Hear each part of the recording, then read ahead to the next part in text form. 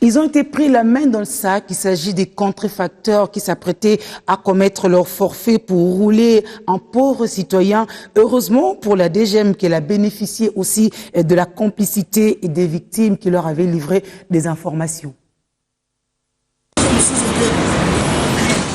Un malin, malin et demi. C'est le moins que l'on puisse dire face à ces inconscients qui se croyaient plus malins que tous en nuisant à leurs compatriotes. C'est monsieur Mazinga Ombo Roni, alias Aruna, et Moussafiri Moussa Job sont des escrocs de la pire espèce qui prétendent être capables de multiplier de la monnaie.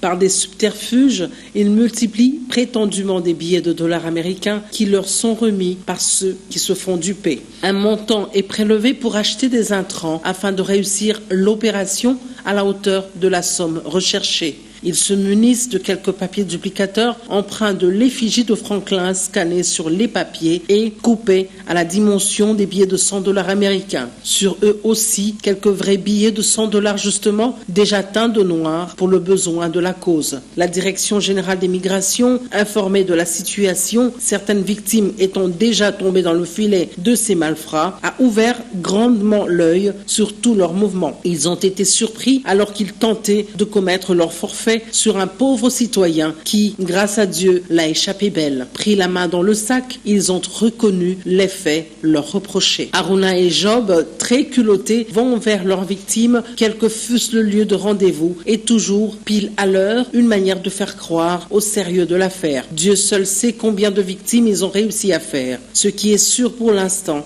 c'est qu'au moins, ils ont été mis hors d'état de nuire et devront répondre de leurs actes devant la loi. Et ce, grâce à ce joli coup de filet de la DGM qui ne se lassera point d'apporter sa contribution dans la lutte contre les antivaleurs.